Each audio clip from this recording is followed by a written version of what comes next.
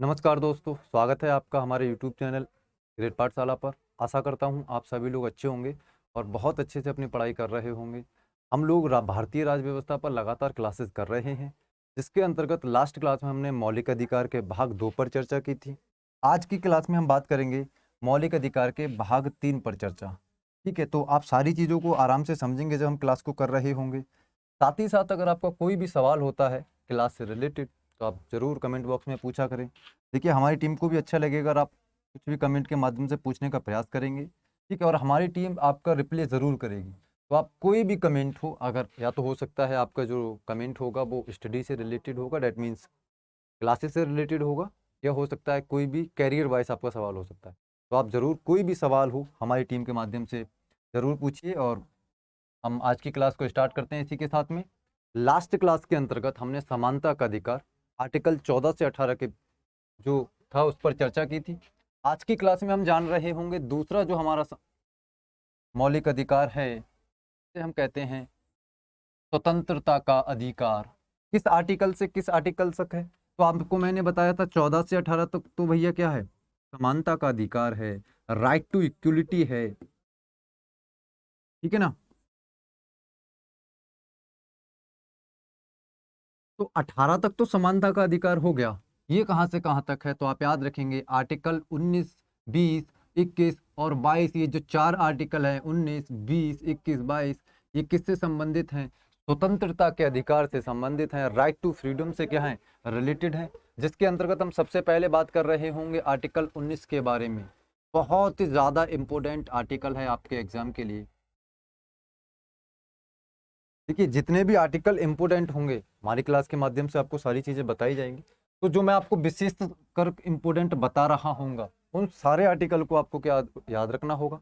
साथ ही साथ मैं बताऊं, हम बहुत संक्षिप्त में आर्टिकल्स को करेंगे। ऐसा तो है नहीं 395 आर्टिकल हम आपको याद करा रहे होंगे या रटा रहे होंगे। हमारा केवल फोकस है कि आप चीज़ों को समझ के जो है वो करें और आर्टिकल आपको समझ में आए। तो आर्टिकल 19 की अगर हम बात कर रहे होंगे तो याद रखिए, वाक स्वतंत्रता के संरक्षण से संबंधित है आर्टिकल 19। किससे संबंधित है? बोलने की स्वतंत्रता से। आपको बोलने की स्वतंत्रता होगी, इसके ही संरक्षण से संबंधित है आर्टिकल 19। अगर हम बात कर रहे होंगे आर्टिकल 19 में, तो याद रखेंगे आर्टिकल 19 जो है एक विस्तृत आर्टिकल है। इसके बहुत सारे सब क्लॉज हैं, जिसके अंतर्गत आर्टिकल 19 ईग के जो हम सब क्लॉज पढ़ रहे होंगे उनके बारे में चर्चा करेंगे। तो मैं आपको क्या बता रहा हूँ, नेक्स्ट लाइन में लिखा है आर्टिकल 19 एक के अंतर्गत नागरिकों को 7 स्वतंत्रताएं प्रदान की गई थी। कितनी स्वतंत्रताएं प्रदान की गई थी? तो आप कह रहे होंगे 7 स्वतंत्रताएं जो हैं वो नागरिकों को प्रदान की गई थी। वर्तमान में अगर आपसे कहा जाएगा तो याद रखेंगे आर्टिकल 19 एक के अंतर्गत जो 7 स्वतंत्रताएं थीं, उनमें से एक स्वतंत्रता को समाप्त कर दिया गया। वर्तमान में 6 स्वतंत्रताएं आर्टिकल 19 का या ए के अंतर्गत सम्मिलित हैं। ये सारी चीजें आपको समझ में आ रही होंगी। तो सबसे पहले मैं बात करूंगा आर्टिकल 19 एक ए के बारे में, फिर मैं बात करूंगा आपसे 19 एक दो के बारे में, फिर बात करूंगा 19 एक सी के बारे में, फिर 19। ये जितने भी आर्टिकल्स आपको दिख रहे हैं जी तक, ये सारे 19 के ही क्या हैं, सब क्लॉज हैं। आपको याद रखना है। मैंने क्यों लिखाए हैं? क्योंकि ये आर्टिकल सभी जो हैं वो इम्पोर्टेंट हैं। और लास्ट में लिखा है सभी स्वतंत्रताएं आर्टिकल 19 एक के अंतर्गत सम्मिलित हैं। अगर आपको नहीं दिख रही है तो मैं यहाँ लिख दूंगा इन्हें जब हम क्लास कर रहे होंगे।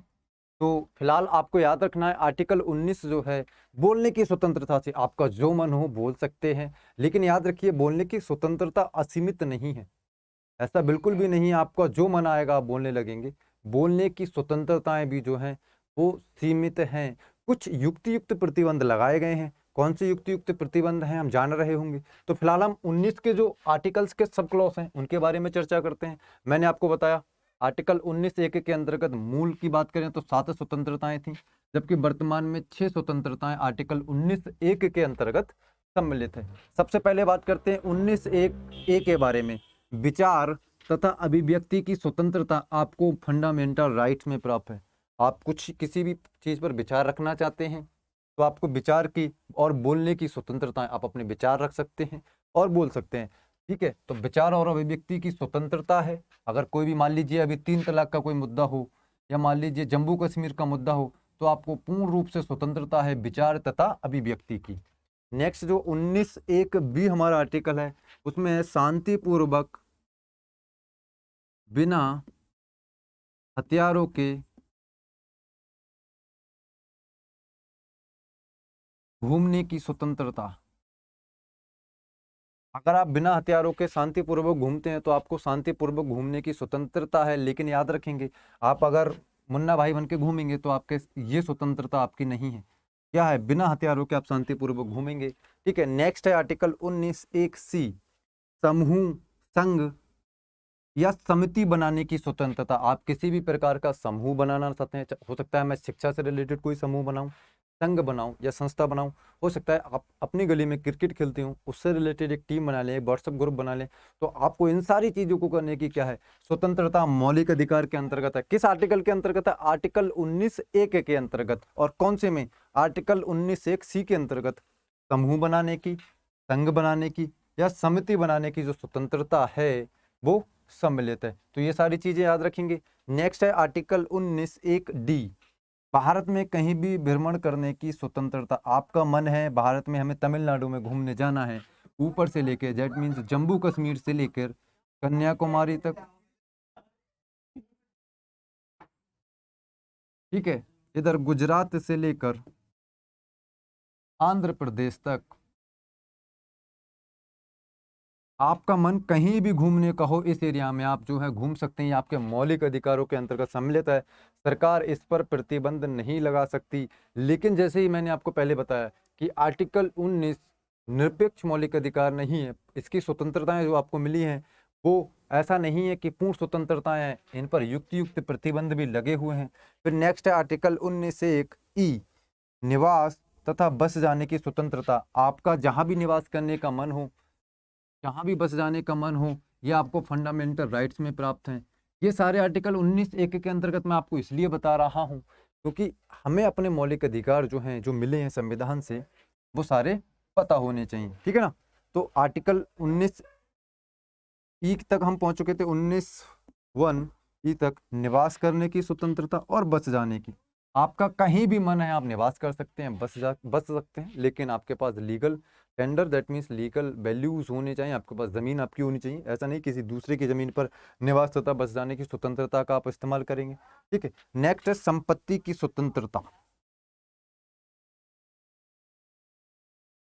याद रखेंगे मूल संविधान में संपत्ति की स्वतंत्रता का अधिकार था। वर्तमान में इस अधिकार, जैसे ही हमने मौलिक अधिकारों से संपत्ति का अधिकार समाप्त किया, डेट मीन्स आर्टिकल 21 को हटाया है, उसी से ये स्वतंत्रता क्या हो गई? समाप्त हो गई भैया। तो ये वाली स्वतंत्रता समाप्त हुई है तभी तो 6 हुई, वरना तो आप गिनेंगे 1 2 3 4 5 6 7। जबकि मैं क्या कह रहा हूँ, वर्तमान में स्वतंत्रताएं कितनी हैं? 6। तो जो संपत्ति की स्वतंत्रता मूल संविधान में थी, वर्तमान में सम्मिलित नहीं है। अगर ऑप्शन देगा संपत्ति की स्वतंत्रता, निवास तथा बस जाने की स्वतंत्रता, समूह बनाने की स्वतंत्रता, विचार और अभिव्यक्ति की स्वतंत्रता आर्टिकल 19 में सम्मिलित है, तो आप कह रहे होंगे नहीं भैया, जो संपत्ति की स्वतंत्रता है ना, इसे 44वें संविधान संशोधन 1978 के माध्यम से हटा दिए गए। फिर नेक्स्ट बात कर रहे होंगे हम, नेक्स्ट है हमारा 19(1)(g) रोजगार वृद्धि, कारोबार या व्यवसाय की स्वतंत्रता। आपको रोजगार पाने की आपके पास स्वतंत्रता है। ठीक है। साथ ही साथ कारोबार करने की, व्यवसाय करने की, आपको जिस व्यवसाय करने का मन होता है वो व्यवसाय करते हैं। अगर आपने मान लीजिए सोने की दुकान खोली है और गवर्नमेंट आकर आपसे या सरकारी आदमी कोई आकर या पुलिस वाले आपसे कहते हैं नहीं आपकी दुकान बंद की जाएगी, तो इस आधार पर आपके मौलिक अधिकारों का उल्लंघन होगा और आप सुप्रीम कोर्ट में केस कर सकते हैं, क्योंकि ये मौलिक अधिकारों के सम्मिलित है। आप अपनी दुकान खोल सकते हैं। ठीक है। नेक्स्ट हमारी लाइन लिखी हुई है, सभी स्वतंत्रताएं जितनी भी ए से लेकर ई तक, ये जितनी भी स्वतंत्रताएं हैं ये आर्टिकल 19(1) के अंतर्गत सम्मिलित है। तो जब नोट्स बना रहे होंगे तो अच्छे से प्रॉपर से लिखेंगे कि जितनी भी स्वतंत्रताएं मैं आपको बता रहा हूँ, आर्टिकल चाहे 19(1) हो, चाहे 19(b) हो, चाहे 19(1)(c) हो, चाहे 19(1)(d) हो, चाहे 19(1)(e) हो, ये सारी स्वतंत्रताएं जो हैं वो आर्टिकल 19(1) में सम्मिलित हैं। तो आप सारी चीज़ें याद रखेंगे। इंपॉर्टेंट है आर्टिकल 19, इसलिए मैंने आपको डिटेल में बताया है। नेक्स्ट आर्टिकल की ओर हम चर्चा करते हैं। जो हमारा नेक्स्ट आर्टिकल होगा, आई होप सारी चीज़ें आई होंगी समझ में। देखिए, आर्टिकल 19(1) ए, विचार तथा अभिव्यक्ति की स्वतंत्रता। अभी हमने आर्टिकल पढ़े 19(1) के जितने भी सब क्लॉज थे। अब हम पढ़ रहे हैं आर्टिकल 19(1) का ए। दैट मीन्स पहला क्या था, ये देखिए आप, हम किसके बारे में चर्चा कर रहे हैं, विचार तथा अभिव्यक्ति की स्वतंत्रता। क्यों हम चर्चा कर रहे हैं भैया, अगर पहला सवाल होगा हम चर्चा ही क्यों कर रहे हैं इस चीज, तो याद रखिए जो आर्टिकल 19(1) है बहुत ज्यादा इंपॉर्टेंट है एग्जाम के लिए, इसलिए हम इस पर चर्चा कर रहे हैं। कई बार पूछा जाता है कि इनमें से कौन सा अधिकार हमारे किस आर्टिकल में संबंधित है, पहला तो ये, और दूसरा कि 19(1) में कौन कौन सी स्वतंत्रताएं सम्मिलित हैं या अधिकार जो है सम्मिलित हैं। याद रखेंगे, पहला है प्रेस की स्वतंत्रता। प्रेस की स्वतंत्रता का मतलब वो वाली प्रेस नहीं जो हम कपड़ों पर करते हैं, प्रेस का मतलब है जो न्यूज चैनल्स होते हैं, न्यूज, इनको पूरी स्वतंत्रताएं प्राप्त होती हैं। तो प्रेस की स्वतंत्रता आर्टिकल 19 में सम्मिलित है। सूचना का अधिकार, right to know, right to know, जानने का अधिकार, sorry right to information, right to information,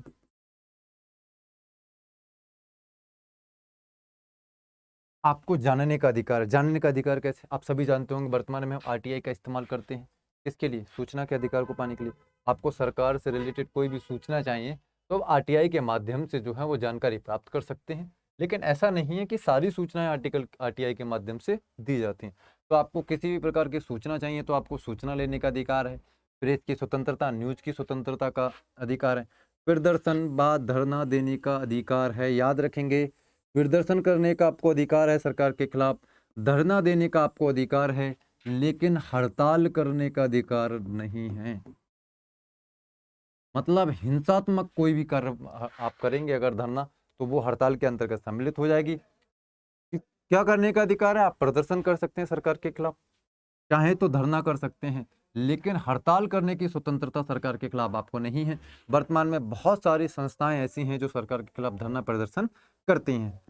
next है झंडा फहराने का अधिकार। 26 जनवरी और 15 अगस्त पर हम झंडा फहराते हैं। अगर कोई भी व्यक्ति आपको झंडा फहराने से रोकता है 15 अगस्त 26 जनवरी को, तो आप कहेंगे हमें झंडा फहराने का अधिकार मूल संविधान में या बेसिक संविधान में या वर्तमान संविधान में किसमें प्राप्त है, फंडामेंटल राइट्स में प्राप्त है। हमारा मन होगा तो हम झंडा फहरा रहे होंगे, अगर मन नहीं होगा तो झंडा नहीं फहरा रहे होंगे। तो ये सारी चीजें आपको समझ में आई होंगी। नेक्स्ट है जानने का अधिकार, सूचना का अधिकार। कुछ भी अगर आप जानना चाहते हैं तो आपके पास जानने का अधिकार है, सरकारी चीज़ों रिलेटेड, कोई भी सरकारी डिपार्टमेंट से रिलेटेड। विज्ञापन करने की स्वतंत्रता है। आपके अपने जो भी आपका, मान लीजिए मेरा चैनल है ग्रेड पाठशाला है, हमारा चैनल है ग्रेड पाठशाला, हम उसका विज्ञापन करना चाहते हैं तो हमारे पास पूर्ण रूप से स्वतंत्रताएं हैं कि हम उसका विज्ञापन चाहे तो टीवी पर करें, चाहे तो न्यूज चैनल के माध्यम से करें, चाहे सोशल साइट्स के माध्यम से करें। तो विज्ञापन की स्वतंत्रता का अधिकार भी हमारे मौलिक अधिकारों में सम्मिलित है। चुप रहने का अधिकार, चुप रहने की स्वतंत्रता किस आर्टिकल के अंतर्गत है, तो याद रखेंगे आर्टिकल 19(1) के अंतर्गत है चुप रहने की स्वतंत्रता। क्यों, मान लीजिए आप संसद में उपस्थित हैं, सभी लोग कहते हैं कि वंदे मातरम हो रहा है, ऐसा कर लेते हैं ना, वंदे मातरम हो रहा है, तो आपका मन है हम वंदे मातरम गाएंगे नहीं, हम चुपचाप खड़े रहेंगे। तो अगर आप चुप खड़े हैं तो कोई भी व्यक्ति आपको बोलने के लिए प्रेशराइज नहीं कर सकता या बोलने के लिए ज़बरदस्ती नहीं कर सकता। क्यों, चुप रहने का अधिकार आपसे। अब ऐसा नहीं होगा कि आप अगर अपने पापा आपके पूछेंगे कि भाई पढ़ाई क्यों नहीं कर रहे, तो फिर चुप करने का अधिकार, तो वहाँ पिट जाएंगे आप। लेकिन यहाँ फिलहाल मैं आपको जो बता रहा हूँ समझिए, चुप रहने का अधिकार है। अगर राष्ट्रगान हो रहा है मूवी थिएटर्स में, मन है तो आप गाइए, नहीं मन है तो मत गाइए, लेकिन याद रखिए राष्ट्रगान के सम्मान में आपको खड़ा तो होना पड़ेगा। आप गाएंगे या नहीं गाएंगे, बोलने और चुप रहने का तो अधिकार आपके पास है, लेकिन ऐसा नहीं कि आप उसका सम्मान नहीं करेंगे। सम्मान हमें अपने राष्ट्रगान का हमेशा करना चाहिए, और राष्ट्रगान को गाने में भी किसी प्रकार का जो है प्रॉब्लम्स नहीं होनी चाहिए। तो चुप रहने का अधिकार है। अगर मान लीजिए अब किसी विधायक से कहा जाता है आप जय हिंद बोलिए, वो नहीं बोलता है, तो क्या हो जाएगा, उसके पास चुप रहने, वो कहेगा क्यों चुप रह जाते हैं, क्योंकि उन्हें पता है चुप रहने का अधिकार हमारे फंडामेंटल राइट्स में प्राप्त। भाई हमें ज़्यादा आर्टिकल्स पता ही नहीं है, इसलिए हम उनका इस्तेमाल ही नहीं कर पाते। और लास्ट में है नोटा का प्रयोग। नोटा का प्रयोग, मान लीजिए हम चुनाव कर रहे हैं, क्या होता है नोटा, सभी लोग जानते होंगे, मुझे उम्मीद है। एक पार्टी है बीजेपी, एक पार्टी है कांग्रेस, एक पार्टी है आपकी मतलब आम आदमी पार्टी, एक पार्टी है बीएसपी बहुजन समाज पार्टी, और एक होता है नोटा। जब वोट डालने जाते हैं, ये 4 ऑप्शन दिख रहे होंगे, 5 ऑप्शन दिख रहे होंगे। जब आप पहला ऑप्शन होगा, मान लीजिए पहला ऑप्शन, दूसरा ऑप्शन, तीसरा ऑप्शन, चौथा ऑप्शन और 5वां ऑप्शन है नोटा का। तो जब आप वोट डालने गए हैं तो आपका ये अधिकार है, आप चाहें तो नोटा पर वोट दें, चाहे तो कांग्रेस को वोट दें, चाहे तो बीजेपी को वोट दें, और चाहे बीएसपी को वोट दें। यहाँ किसके बारे में बात कर रहे हैं, नोटा के बारे में। नोटा क्या होता है, जो भी पार्टी सम्मिलित हुई है चुनाव में, उनमें से आपने किसी भी पार्टी को जो है उचित नहीं माना है, कि इनमें से कोई भी पार्टी जो है वो सही नहीं है, वही क्या कहलाती है, नोटा कहलाती है। तो ये सारी चीज़ें आपको यहाँ तक समझ में आई होंगी अच्छे से। नोटा का प्रयोग कर सकते हैं, किसी भी पार्टी को वोट ना देना यह आपकी अभिव्यक्ति की स्वतंत्रता में सम्मिलित है। तो यहाँ तक सारी चीज़ें समझ में आई होंगी आपको। नेक्स्ट हम बात कर रहे हैं नेक्स्ट आर्टिकल के बारे में, अनुच्छेद 20, अपराधों की दोष सिद्धि के संरक्षण से। अगर आप कोई भी अपराध करते हैं तो उसके जो दोष सिद्ध किया जाता है, उसके संरक्षण से आपको कुछ संरक्षण प्रदान किए जाएंगे जब आप अपराध करते हैं। आर्टिकल 19 इंपोर्टेंट है, डायरेक्ट पूछा जाता है कि किस आर्टिकल के अंतर्गत अपराधों की दोष सिद्धि का उल्लेख मिलता है, तो आप कहेंगे अपराधों की दोष सिद्धि के संरक्षण का उल्लेख आर्टिकल 20 के अंतर्गत मिलता है। याद रखिए, अपराधी प्रचलित विधि का उल्लंघन करने पर ही अपराधी होगा। ऐसा कोई भी कानून, अगर किसी भी कानून को ले, मतलब मान लीजिए किसी घटना को लेकर अगर कानून बना है, मान लीजिए घटना को लेकर कानून बना है, डेट विधि बनी है,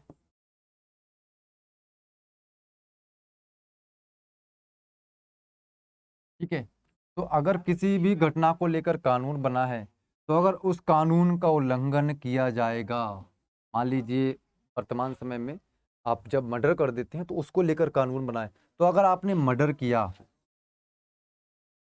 तो आपने प्रचलित विधि का उल्लंघन किया है, प्रचलित कानून का उल्लंघन किया है, तब आपको क्या दी जाएगी, सजा दी जाएगी। लेकिन ऐसा कोई भी कानून या ऐसी कोई भी विधि या ऐसा कोई भी आपने क्राइम किया है जिसको लेकर कानून ही निर्मित नहीं है, तब आपको सजा नहीं दी जाएगी। अपराधी प्रचलित विधि का उल्लंघन करने पर ही अपराधी होगा तथा उसे प्रचलित विधि का ही दंड दिया जाएगा। कैसे, कल मैं आपको बता रहा था, भारत रत्न हम नाम के आगे पीछे नहीं लगा सकते हैं, लेकिन हम लगाते हैं। क्या वर्तमान में सरकार इसको लेकर हम पर कार्रवाई करती है, हम अपने कर्तव्यों को नहीं पालन करते हैं, क्या सरकार हम पर कार्रवाई करती? तो आप कहेंगे भैया या भारत रत्न हो या मौलिक कर्तव्य हो, उनको लेकर कोई भी विशेष कानून या विशेष विधि का निर्माण नहीं किया गया, इसलिए व्यक्ति ना तो अपने मौलिक कर्तव्यों का सही से पालन करता है और भारत रत्न नाम के आगे पीछे लगाता है। अगर कानून होता तो कोई व्यक्ति भारत रत्न नाम के आगे पीछे नहीं लगाता। क्यों नहीं लगाता? क्योंकि वो प्रचलित विधि का उल्लंघन कर देता।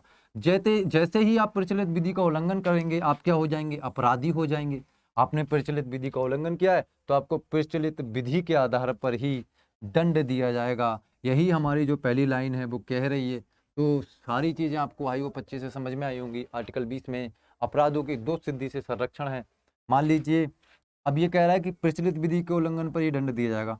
मान लीजिए हमने मैच फिक्सिंग की, कोई भी खिलाड़ी है जो मैच फिक्सिंग में पकड़ा जाता है, तो मैच फिक्सिंग से रिलेटेड कोई भी अगर कानून होगा तो उसी कानून के आधार पर उसे क्या दी जाएगी, सजा दी जाएगी। मान लीजिए हमने मर्डर किया है, तो मर्डर जब हम करेंगे तो जो कानून होगा उसी के आधार पर उसे क्या दी जाएगी, सजा दी जाएगी। ऐसा नहीं है किसी व्यक्ति ने मर्डर किया है और आप उसे चोरी करने की सजा दे दें। भाई मर्डर किया है तो मर्डर की जो भी सजा बनी हुई है वो आप उसे देंगे, ना कि चोरी करने की, ठीक है, ना कि भागने की, ना अन्य किसी अपराध की। जो उसने अपराध किया है उसी की उसे सजा दी जाएगी। यही कहता है आर्टिकल 20A, ठीक है। कि तो ये समझ गया। दूसरा है दोहरे दंड से संरक्षण प्रदान किया जाएगा। इसका मतलब यह हुआ कि एक व्यक्ति को एक अपराध के लिए न्यायालय एक बार ही दंड दे सकता है। मैंने आपको क्या बताया, मान लीजिए मैंने मर्डर किया, उसके लिए मुझे 3 साल की सजा मिली, न्यायालय ने सुना दी। 3 साल 2 साल बाद न्यायालय को लगता है जो हमने ये सजा दी थी कम है, न्यायालय चाहता है कि 10 साल की सजा कर दे, या न्यायालय ने कहा 3 साल की सजा दे रहे हैं और 2 साल का कठिन कारावास दे रहे हैं, क्या ये उचित होगा? तो आप कहेंगे नहीं। क्यों उचित नहीं होगा? समझिए, एक अपराध के लिए न्यायालय एक बार ही दंड दे सकता है। न्यायालय ने अगर 3 साल का दंड दिया है तो 3 साल के दंड के बाद आपको रिहा किया जाएगा। यही कहता है आर्टिकल 20(2). तो अच्छे से समझे होंगे, अगर आप प्रचलित विधि का उल्लंघन करेंगे तब ही आप अपराधी होंगे, तथा उस प्रचलित विधि के आधार पर ही आपको क्या दिया जाएगा, दंड दिया जाएगा। साथ ही साथ दोहरे दंड से संरक्षण प्रदान किया जाएगा। इसका मतलब हुआ एक व्यक्ति को एक अपराध के लिए न्यायालय एक बार ही सजा दे सकता है। आर्टिकल 20 के बारे में हमने अच्छे से जाना। Next article very important article है, आर्टिकल 21, प्राण एवं दैहिक स्वतंत्रता का अधिकार। प्राण और दैहिक स्वतंत्रता का अधिकार, इस आर्टिकल्स के अंतर्गत, एकमात्र आर्टिकल के अंतर्गत समझ लिए, जो भी मौलिक अधिकार हमारे हैं जो किसी अन्य आर्टिकल के अंतर्गत सम्मिलित नहीं होंगे, वो आर्टिकल 21 में जरूर सम्मिलित होंगे। तो आर्टिकल 21 डायरेक्ट पूछा जाता है पहले तो, कि प्राण और दैहिक स्वतंत्रता का जो अधिकार है किस अधिकार के अंतर्गत सम्मिलित है, तो आप कहेंगे आर्टिकल 21 के अंतर्गत प्राण और दैहिक स्वतंत्रता का अधिकार सम्मिलित है। सबसे पहले बात करते हैं आर्टिकल 21 के बारे में। देखिए आर्टिकल 21 का में प्रारंभिक शिक्षा के अधिकार का उल्लेख मिलता है। बहुत बार सवाल पूछा गया है, प्रारंभिक शिक्षा का उल्लेख किस आर्टिकल में मिलता है? तो याद रखेंगे, साथ से जो हम नेक्स्ट स्लाइड में पढ़ेंगे भी, यहाँ जब हम पढ़ रहे होंगे, देखिए 86वां संविधान संशोधन के अंतर्गत 6 से 14 वर्ष के बच्चों, इसी को किस में सम्मिलित किया गया है? मौलिक अधिकार में सम्मिलित किया गया है। तो याद रखेंगे, तो मैंने आपको क्या बताया, आर्टिकल 21 में प्राइमरी शिक्षा का उल्लेख है। नेक्स्ट हमारा क्या है, अनुच्छेद 21 के अंतर्गत निम्नलिखित अधिकारों को सम्मिलित किया गया। कौन कौन से अधिकार? वैसे देखिए आर्टिकल 21 बहुत ज़्यादा डीपली आर्टिकल है, अगर हम आर्टिकल 21 को ही पढ़ेंगे तो कम से कम एक क्लास प्रॉपर चाहिए हम आर्टिकल 21 को पढ़ने के लिए, लेकिन हमें अपने एग्जाम के दृष्टिकोण से पढ़ना है, ठीक है। तो हम जो भी आर्टिकल हैं उन्हें इम्पोर्टेंट उन्हें हम पढ़ रहे होंगे। सबसे पहले याद रखेंगे, निःशुल्क चिकित्सा का अधिकार या निःशुल्क चिकित्सा सहायता का अधिकार आर्टिकल 21 के अंतर्गत सम्मिलित है। स्वच्छ पर्यावरण का अधिकार आर्टिकल 21 के अंतर्गत सम्मिलित है। आपका पर्यावरण जहां आप निवास करते हैं, अगर कोई भी व्यक्ति प्रदूषण करता है तो आप इस आधार पर कार्रवाई कर सकते हैं कि आपके मौलिक अधिकारों का उल्लंघन हो रहा है। क्यों? क्योंकि स्वच्छ पर्यावरण का अधिकार हमारा संविधान हमें प्रदान करता है। नेक्स्ट है निजता का अधिकार, राइट टू प्राइवेसी, हमें अपने मौलिक अधिकार में प्राप्त है। इस विवाद पर बहुत पुट्टा स्वामी केस के अंतर्गत शामिल किया गया था। बहुत ज़्यादा इंपॉर्टेंट है। क्यों? आप अपने कमरे के अंतर्गत क्या करते हैं किसी को भी जानने का अधिकार नहीं होगा। यही क्या कहलाता है, निजता का अधिकार, राइट टू प्राइवेसी। आप अपने कमरे में कुछ भी करें, यह आप नहीं बताने की आपके पास स्वतंत्रताएं उपलब्ध हैं। नेक्स्ट है महिलाओं तथा पुरुषों को समारोह से मंदिर में, देखिए ये लाइन जो है मिस्टेक हुई है, मैं आपको बताऊं, इसमें लिखा है महिलाओं तथा पुरुषों को समान रूप से मंदिर में प्रवेश करने का अधिकार कब सम्मिलित किया गया था? याद रखेंगे, महिलाओं तथा पुरुषों को आप किसी भी मंदिर में जा सकते हैं। सबरीमाला मंदिर का केस इसी आधार पर सॉल्व किया गया कि महिलाओं तथा पुरुषों को मंदिर में समान रूप से जाने का अधिकार है। आर्टिकल उनके लिए 21 में प्राप्त है। किस आर्टिकल के अंतर्गत है? 21 आर्टिकल के अंतर्गत सम्मिलित है। सारी चीजें आप समझ रहे होंगे। नेक्स्ट है विदेश यात्रा का अधिकार, अगर आप विदेश जाना चाहते हैं तो मौलिक अधिकार में सम्मिलित है, बशर्ते आप विदेश जाने की जो भी शर्तें होंगी वो पूरी कर रहे हों। और लास्ट जो आपके लिए बहुत ज़्यादा महत्वपूर्ण है, विवाह एवं जीवन साथी चुनने की स्वतंत्रता, विवाह एवं यौन स्वतंत्रता तथा साथी चुनने का अधिकार। आप जिससे भी चाहें शादी कर सकते हैं, आपको मौलिक अधिकार में सम्मिलित है। धर्म जाति, लिंग, भेदभाव ये हमारा संविधान नहीं करता है। आपका मन है तो आप शादी कर सकते हैं। किस आधार पर करेंगे? आर्टिकल 21 के आधार पर। मान लीजिए आपकी मैम हैं, अगर आप उनसे विवाह करना चाहते हैं तो आप घर वाले नहीं मानेंगे। देखिए पहले तो क्या आप घर वालों को मनाइए, है ना। अगर घर वाले नहीं मानते हैं तो आप उन्हें आर्टिकल 21 की धमकी जो है वो ज़रूर दे सकते हैं। लेकिन मैं यहाँ बता दूँ, जो भी हमारे माँ बाप हमारे लिए करते हैं वो बेस्ट होता है। कभी भी उनके विपक्ष में आपको नहीं जाना है। माँ और बाप के अलावा, माता और पिता के अलावा कोई भी व्यक्ति आपका अच्छा नहीं चाहता है। याद रखिए, इन दो रिश्तों से बड़ा कोई भी रिश्ता दुनिया में नहीं है। माँ और पापा। पापा एकमात्र व्यक्ति हैं आपके जो चाहेंगे कि आप उनसे आगे निकलें। बाकी दुनिया में कोई भी व्यक्ति नहीं चाहेगा कि आप उनसे आगे कभी भी निकलें, चाहे वो आपके दोस्त हों। क्योंकि कहावत आपने सुनी ही होगी, दोस्त अगर फेल हो जाता है तो दुख होता है, लेकिन दोस्त के अगर हमारे से ज़्यादा नंबर आ जाते हैं या उसका नंबर आ जाता है तो बहुत ज़्यादा दुख होता है। तो अच्छे से पढ़ाई कीजिए, ठीक है। लेकिन मैं आपको यहाँ बताऊँगा ज़रूर जो चीज़ हमें संविधान में दी गई है कि आपको विवाह करने की स्वतंत्रता है, आप जिससे चाहें उससे विवाह कर सकते हैं।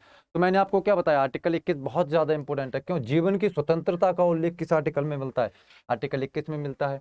प्रारंभिक शिक्षा का उल्लेख किस आर्टिकल में? आर्टिकल 21 में है, ठीक है। चिकित्सा का अधिकार किस में है? आर्टिकल 21 में। स्वच्छ पर्यावरण का अधिकार किस में है? 21 में। निजता का अधिकार किस में? 21 में। तभी तो सरकारी हॉस्पिटल्स बनाए गए हैं, क्योंकि ये मौलिक अधिकारों में है व्यक्ति के, इसलिए सरकार गवर्नमेंट हॉस्पिटल्स बनाती है।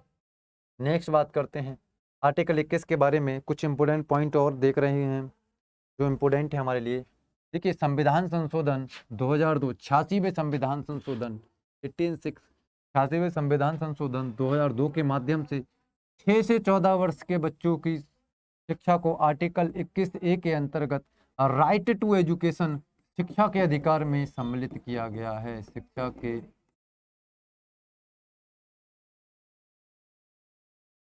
तो सारी चीजें समझ में आ रही होंगी। 86वां संविधान संशोधन है, इसे हमने सम्मिलित किया है 6 से 14 वर्ष के बच्चों की शिक्षा को किसमें? आर्टिकल 21 में सम्मिलित किया है। और याद रखेंगे इसे 1 अप्रैल 2010 से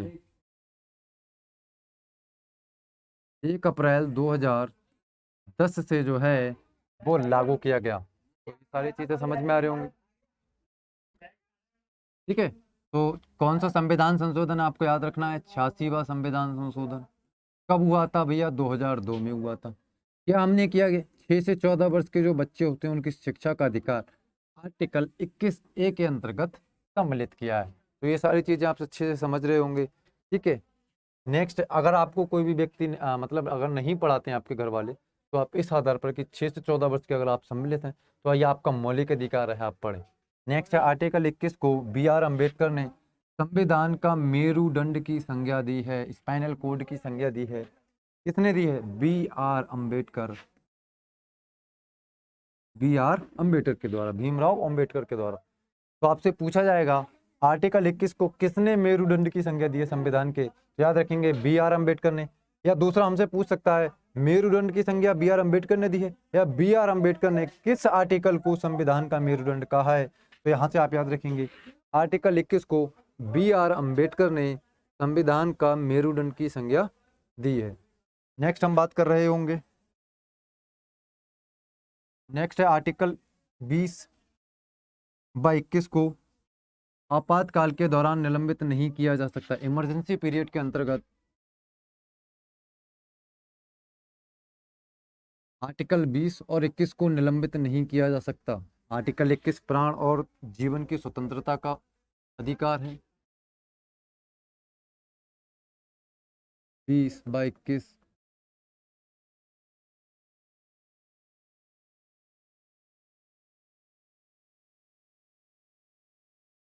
आपातकाल के दौरान निलंबित नहीं होते। इसका मतलब क्या हो जाएगा? इसका मतलब क्या हुआ कि जो आर्टिकल 20 और 21 है, हमने आर्टिकल 21 में क्या पढ़ा है? प्राण और जीवन की स्वतंत्रता का अधिकार। आर्टिकल 20 में अपराधों की दो सिद्धि से संरक्षण। इनको आपातकाल के दौरान भी निलंबित नहीं किया जा सकता। बाकी सारे आर्टिकल 20 और 21 को छोड़कर जैसे ही आपातकाल लगेगा आपके सारे अधिकार जो हैं वो समाप्त हो जाएंगे, निलंबित हो जाएंगे। अब उस आधार पर जो सुप्रीम कोर्ट नहीं जा सकते। लेकिन 20 और 21 का अगर उल्लंघन हो रहा होगा तो चाहे भले ही इमरजेंसी लगी हो, आप क्या कर सकते हैं, सुप्रीम कोर्ट जा सकते हैं। तो यही लाइन यहाँ कह रही है कि आर्टिकल 20/21 को आपातकाल के दौरान निलंबित नहीं किया जा सकता। नेक्स्ट बात करते हैं हम लोग। यहाँ याद रखेंगे, अगर हम जब बात इमरजेंसी की हो रही होगी तो 3 प्रकार का आपातकाल का उल्लेख हमारे संविधान में मिलता है।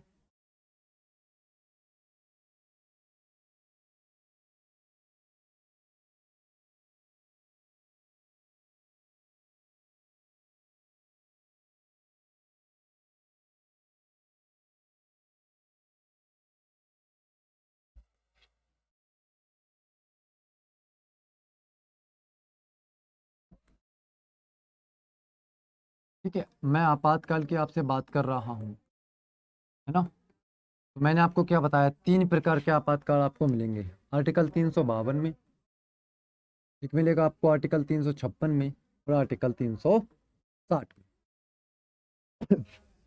सॉरी, ठीक है। तो आर्टिकल 352 की अगर हम बात कर रहे होंगे तो क्या होता है, सशस्त्र विद्रोह के आधार पर। पहले हम आंतरिक अशांति शब्द का इस्तेमाल करते थे, लेकिन बाद में आंतरिक अशांति को हटाकर जब हम पढ़ रहे होंगे तो सशस्त्र विद्रोह शब्द को शामिल किया गया। 356 में राष्ट्रपति शासन हम लगाते हैं, राष्ट्रपति शासन, और 360 में वित्तीय आपातकाल। यहाँ आपको याद रखना होगा, भारत में वित्तीय आपातकाल एक भी बार लागू नहीं किया गया। तो आपसे पूछा जाएगा ऐसा कौन सा आपातकाल है जो एक भी बार लागू नहीं किया गया है, तो याद रखेंगे आर्टिकल 360 के अंतर्गत जो वित्तीय आपातकाल है वो संविधान के द्वारा एक भी बार लागू नहीं किया गया है। बाकी चाहे सशस्त्र विद्रोह हो या राष्ट्रपति शासन हो, लगते रहते हैं। डेट मीन्स सशस्त्र विद्रोह भी कम लगता है, लेकिन जो आर्टिकल 356 वाला है राष्ट्रपति शासन, इसका सबसे ज्यादा दुरुपयोग किया जाता है। नेक्स्ट बात करते हैं आर्टिकल 22 के बारे में। देखिए, आर्टिकल 22 सबसे पहले पूछा जाता है किससे संबंधित है, तो गिरफ्तारी के संरक्षण से संबंधित है। अगर आपकी गिरफ्तारी होती है किसी भी कानून के उल्लंघन को लेकर, तो आपके संरक्षण आपको कौन देगा, आर्टिकल 22 देगा। क्या आर्टिकल देता है, देखिए सबसे पहले बात कर लेते हैं। गिरफ्तारी भी ना 2 प्रकार की होती है, एक होती है सामान्य गिरफ्तारी,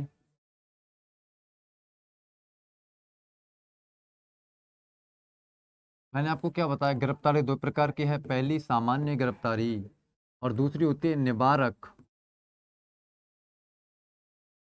निरोध के अंतर्गत गिरफ्तारी। दोनों में डिफरेंस हम जानेंगे अभी। तो फिलहाल आपको सबसे पहले याद रखना होगा, आर्टिकल 22 जो है गिरफ्तारी से संरक्षण देता है। किसकी गिरफ्तारी से, जो भी लोगों की गिरफ्तारी होती है। पहला देखिए, सामान्य गिरफ्तारी विधि के उल्लंघन के बाद जो गिरफ्तारी होती है वह सामान्य गिरफ्तारी कहलाती है। डेट मीन्स आपने किसी का मर्डर कर दिया, आपने कहीं भी चोरी कर दी, आपको गिरफ्तार किया जाएगा तो वो क्या कहलाएगी, सामान्य गिरफ्तारी कहलाएगी।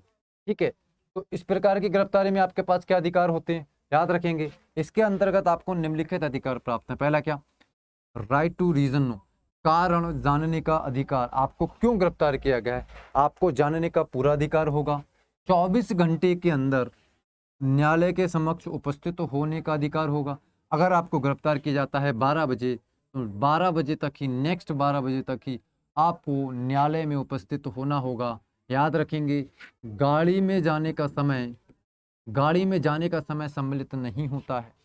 तो पहला आपके पास क्या अधिकार है, अगर आपको मर्डर, आपने किसी का मर्डर कर दिया मान लीजिए, तो आपने प्रचलित विधि का उल्लंघन किया है, प्रचलित विधि का उल्लंघन हुआ है तो आपको गिरफ्तारी होगी। जो गिरफ्तारी होगी वो सामान्य गिरफ्तारी होगी।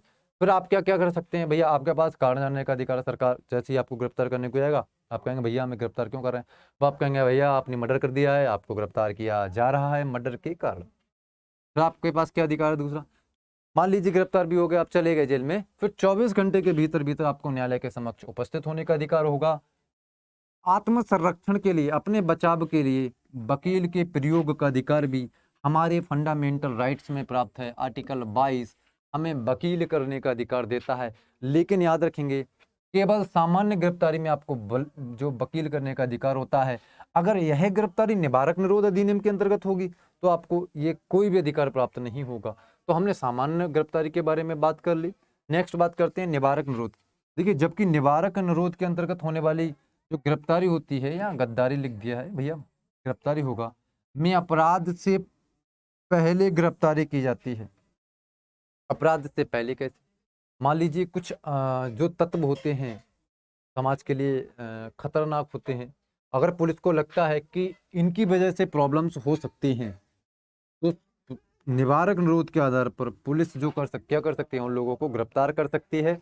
उन्हें लगता है कि कोई भी व्यक्ति ये मर्डर कर सकता है, मान लो इसका आज हो सकता है ये शाम को मर्डर कर दे 4-5 लोगों का। अगर पुलिस को ऐसा लग रहा होगा कि व्यक्ति जो मर्डर कर सकता है 4-5 लोगों का, उन्हें इंटरनल इंफॉर्मेशन मिली रिसोर्सेज के माध्यम से, तो पुलिस क्या करेगी, इस अपराध के घटित होने के बाद जो गिरफ्तारी है वो सामान्य गिरफ्तारी है, लेकिन पुलिस क्या करेगी, इस मर्डर करने से पहले इस व्यक्ति को गिरफ्तार कर लेगी। जो मर्डर करने से पहले ही हमने इस व्यक्ति को गिरफ्तार किया, यही कहलाती है निवारक निरोध के अंतर्गत होने वाली गिरफ्तारी। अपराध से पहले की जाती है। इसमें बिना न्यायिक प्रक्रिया के अंतर्गत यह गिरफ्तारी होती है। कोई भी न्यायिक प्रक्रिया नहीं होगी, क्योंकि आपने कोई विधि का तो उल्लंघन नहीं किया। हो सकता है आप विधि का उल्लंघन कर दें, इस आधार पर आपको गिरफ्तार किया जा रहा है। और याद रखेंगे, इसमें 3 माह तक व्यक्ति को गिरफ्तार किया जा सकता है, मैक्सिमम 3 महीने तक। यहाँ क्या था, गिरफ्तार करेंगे तो 24 घंटे बाद न्यायालय जाएंगे आप। यहाँ क्या है, 3 महीने तक आपको गिरफ्तार किया जा सकता है। किस आधार पर? कि आप कोई भी ऐसी घटना का अंजाम दे सकते हैं जो समाज के लिए क्या हो सकती है, खतरनाक साबित हो। तो दोनों समझ गए होंगे। सामान्य गिरफ्तारी कानून के उल्लंघन के बाद, निवारक निरोध की गिरफ्तारी होती है कानून को उल्लंघन के पहले। तो आर्टिकल 22 हमने आराम से पढ़ा। नेक्स्ट बात करते हैं। देखिए, अब हमने आर्टिकल 19 पढ़ लिया, आर्टिकल 20 पढ़ा, आर्टिकल 21 पढ़ा, आर्टिकल 22। दैट मीन्स स्वतंत्रता के अधिकार के अंतर्गत जो 4 आर्टिकल सम्मिलित थे, हमने चारों पढ़ लिए हैं। अब जब बात निवारक निरोध की हो रही है, तो एक संशोधन अधिनियम है, एक अधिनियम बहुत ज्यादा इंपॉर्टेंट, एग्जाम में पूछा जाता है। गैर कानूनी गतिविधियां संशोधन अधिनियम, इसे हिंदी में इंग्लिश में कहते हैं UAPA, unlawful activities prevention act. इसकी फुल फॉर्म होगी अनलॉफुल एक्टिविटीज प्रिवेंशन एक्ट। ठीक है, तो गैर कानूनी गतिविधियां संशोधन अधिनियम कब आया था? ये 1967 में इसका निर्माण किया गया था, इस कानून का। और 2019 में इस कानून के अंतर्गत क्या किया गया, संशोधन किया गया। और जो संशोधन किए गए हैं वो इम्पोर्टेंट हैं हमारे एग्जाम के लिए। तो सबसे पहले UAPA की फुल फॉर्म आपसे पूछी जा सकती है, अनलॉफुल एक्टिविटीज प्रिवेंशन एक्ट, गैर कानूनी गतिविधियां संशोधन अधिनियम।